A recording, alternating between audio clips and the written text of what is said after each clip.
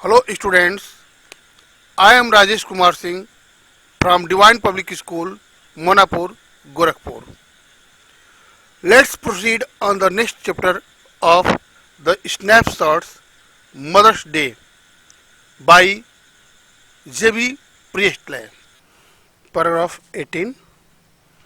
Let's have its reading. Nonsense, doing them all a world of good, and they will be eating out of your hand soon. You'll see. Mrs. Fitzgerald, don't think I want them eating out of my hand. Mrs. Pearson impatiently. Well, whatever you want, they'll be doing it. All three of them. Mark my words, Mrs. Pearson. George enters laughed gloomily. He is unpleasantly surprised when he sees the visitor. He moves to the armchair left, sits down heavily, and gloomily lights his pipe. Then he looks from Mrs. Pearson to Mrs. Fitzgerald, who is regarding him anxiously. George just looked in for a minute, I suppose. Mrs. Fitzgerald, Mrs. Fitzgerald, who doesn't know what she is saying. Well, yes, I suppose so. George, George, exhausted. George, Mrs. Fitzgerald, nervously. Oh, I am sorry. Mrs. Pearson, impatiently. What does it matter? Your name is George, isn't it? Who do you think you are? Duke of Edinburgh? George angrily. What is he got to do with it? Just tell me that. And isn't bad enough without her calling me George? No tea, Pompey Ompy Pearson. And poor Doris has been crying her eyes out upstairs. Yes, crying her eyes out. Mrs. Fitzgerald, wailing, oh dear, I ought to have known. George, staring at her, annoyed. You ought to have known. Why ought you to have known? Nothing to do with you. Mrs. Fitzgerald, look, we were at sixes and sevens here just now, so perhaps you will excuse us. Mrs. Pearson, before Mrs. Fitzgerald can reply, I won't excuse you, George Pearson. Next time a friend and neighbor comes to see me, just say something when you see her. Good evening, or how do you do, or something, and don't just march in and sit down without a word. It's bad manners. Mrs. Fitzgerald nervously. No, it's all right. Mrs. Pearson. No, it isn't all right. We'll have some decent manners in this house, or I will know the reason why. Glaring at George. Well, students, let's know some meaning regard. You know, regard means respect for someone or something. Other meaning for it is to think about someone or something in a particular way, that is regard. As we seem to regard sex as sinful and immoral. Did you understand? We seem to regard sex as sinful and immoral. Next word, impatiently, means showing no patience, or a person who is not able to wait for something impatiently. Okay, and exhaust. Exhaust means extremely surprised, unable to speak a word. That is exhaust, right? And eyes out, crying her eyes out, means Doris has wept so much that her eyes have bulged and they appear that they are coming out from its socket. means cries out. Okay, eyes out. And wailing, students, wailing means mourning. The literal meaning of wailing is lamentation for something, a kind of lamentation for something, and it occurs when someone of our near and dear family had departed to next world, that is dead. At a time we do lamentation, but here this is wailing. Okay, and wailing means weeping, showing a kind of repentance for something is wailing. Okay, cry along with some repentance, right? As, oh dear, I ought to have known it, but I didn't do. Means we have a kind of repentance for our doing which has been done earlier. Now let I explain this paragraph. Paragraph 18.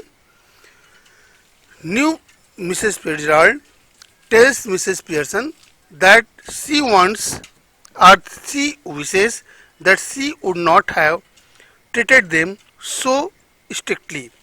Mrs. Pearson comments that it is a senseless talk. It does not show any kind of prudence or any kind of sense in it. It is a kind of senseless talk. Senseless talk.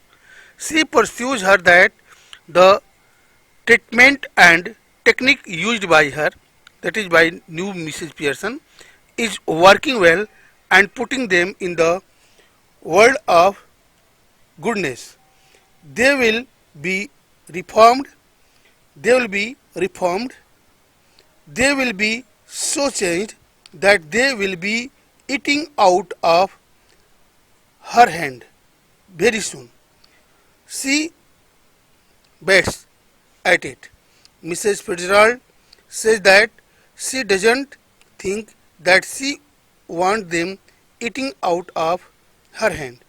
Mrs. Pearson seems to be losing her patience, losing her temper, and asks her impatiently, well, whatever you want, they will be doing it. All the three. That is, Cyril, Doris, and her husband George. She advises her to mind her words, Mrs. Pearson. George enters from the left in gloomy mood. He is unpleasantly surprised when he sees the visitor. George is unpleasantly surprised when he sees the visitor, that is Mrs. Fitzgerald. He moves to the armchair and sits down heavily and gloomily and lights his cigar. After lighting the cigar, he looks from Mrs. Pearson to Mrs. Fitzgerald, who is looking towards him anxiously. George asks Mrs. Fitzgerald whether she has come in just for a minute. Mrs. Fitzgerald, new Mrs. Fitzgerald, feels some inconvenience and she doesn't know what she is saying. Speaks out, well, yes, I suppose. So George. George gets a shocked and speaks out, George. Mrs. Fitzgerald speaks sorry for calling him George. At this, Mrs. Pearson rebukes him impatiently, saying, what it does matter, as your name is George, isn't it? What do you think about yourself? Do you consider yourself Duke of Edinburgh? George becomes angry and asks Mrs. Pearson whether how she is related to it, and orders her to tell him just, and also further asks her whether it is not bad enough to be called George by her. Now he comes on Mrs. Pearson complaining about the day's situation. Yes, as on that day there was no tea and Pompey Pearson, and next bad thing is poor Doris has been crying her eyes out upstairs. She has cries so much, she has wept so much that it appears her eyes are bulging out. He says this lines or this sentence emphatically, yes, crying her eyes out. That is, she has wept so much that her eyes are bulging. Mrs. Fitzgerald crying over in lamenting form, oh dear, I ought to have known. George stares at her, annoyed, and exclaims, you ought to have known, and asks, why ought you to have known? And comments, nothing to do with you, Mrs. Fitzgerald. He asks Mrs. Fitzgerald to look at them as they are at sixes and sevens, that is, in disturbed conditions. They are there are just now. And for this, he begs for excuse from Mrs. Fitzgerald to them. Mrs. Pearson interrupts Mrs. Fitzgerald before she can reply, saying, I'll not forgive you. George Pearson, Mrs. Pearson told him that I will not forgive you, George Pearson, and warns him, from next time a friend and neighbor comes to see me, just say something when you see her. She warns him that if anybody, either her friend or neighbor, comes or visits to see her, just say something when you see her, as good evening or other words of welcome and salutation, or how do you do, or some other words of manners and reformed culture. And Mrs. Pearson also wants him not to march in and sit down without a word of etiquette. It's a bad manner. Mrs. Fitzgerald tells her nervously that it's no matter, it's all right, and perhaps she wants him to tell some more. Mrs. Pearson tells Mrs. Fitzgerald, no, it isn't all right. We'll have some decent, good looking manners in this house. If it is not found, then I will know why it is not. If it is not found, then I will know the reason why it is not. Paragraph 19. Let's see its reading. Then you will have its explanation. 19. George, intimidated. Well, what? Mrs. Pearson, taunting him. Why don't you get off to your club? Special night tonight, isn't it? They will be waiting for you, wanting to have a good laugh. Go on then, don't disappoint them.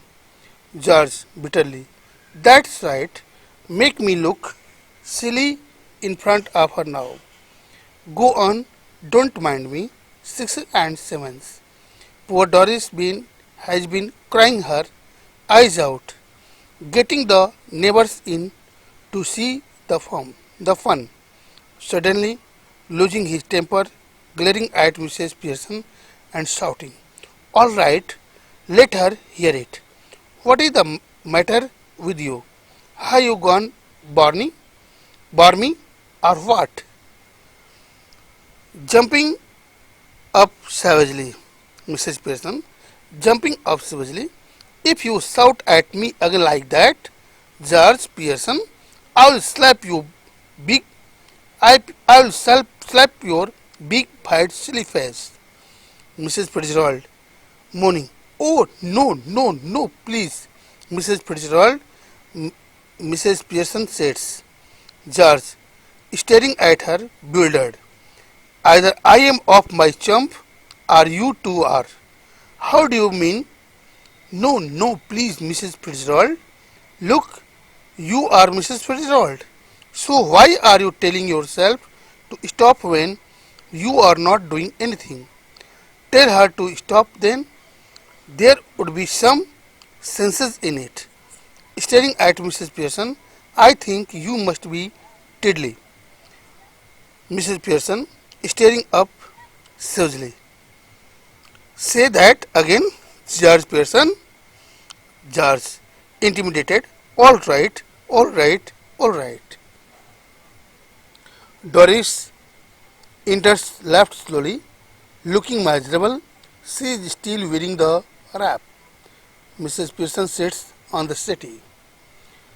Mrs. Fitzgerald. Hello, Doris dear. Doris. Miserably. Hello, Mrs. Fitzgerald. Mrs. Fitzgerald. I thought you were going out with Charlie Spence tonight. Doris. Annoyed. What's that to do with you? Mrs. Pearson. Sharply. Stop that. Mrs. Fitzgerald. Nervously. No, it's all right. Mrs. Pearson. Surely. It isn't all right. I won't have a daughter of mine talking to anybody like that. Now answer Mrs. Fitzgerald properly. Doris, or go upstairs again. Doris looks wonderingly at her father. Students, now see some words related to this paragraph as exhaust, that is it's an adjective. Feeling or looking shocked by something you have seen or just found out. As I was aghast at the violence I was witnessing. I was aghast at the violence I was witnessing. Intimidate, very good words, students. I hope you will make this word of your own. Intimidate means to frighten someone by behaving in a threatening way, especially in order to make them do what you want. As buildings were bombed in an attempt to intimidate the opposition. Intimidated as adjective, feeling worried and less confident.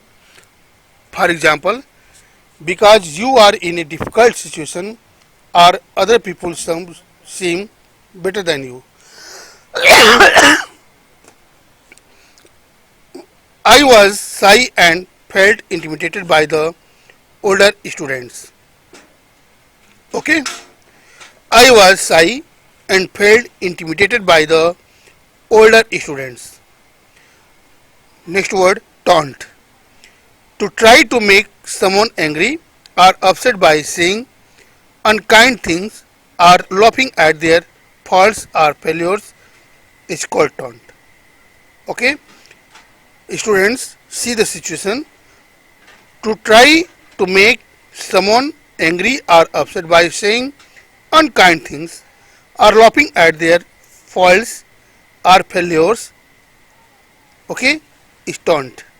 As the other children taunted him about his weight. Other children taunted him about his weight. Students, let's see explanation of this paragraph. Older students. Okay. I was shy and felt intimidated by the older students. Next word, taunt.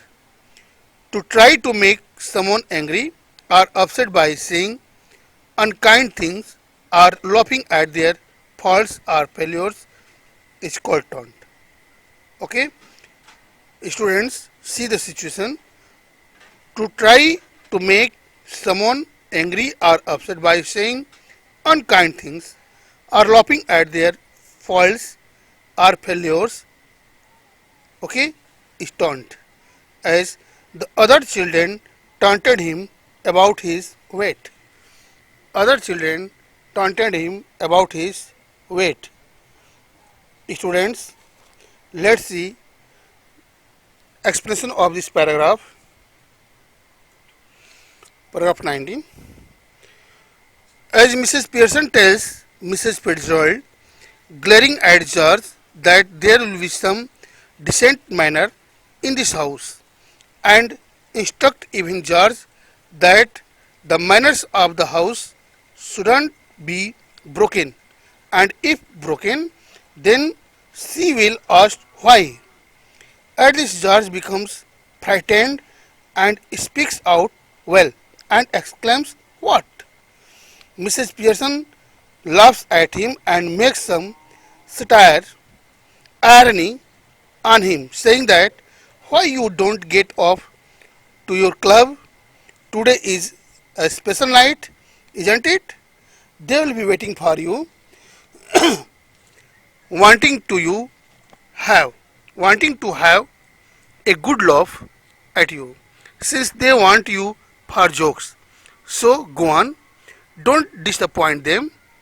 George feels bitterly and says, "That's right," and tell her that you are getting me insulted in front of her. That is Mrs. Fitzgerald. He says, "Make me stupid before her now, can't you? Don't mind me." An uncultured and undecent look of the house. Everyone and everything in disorder.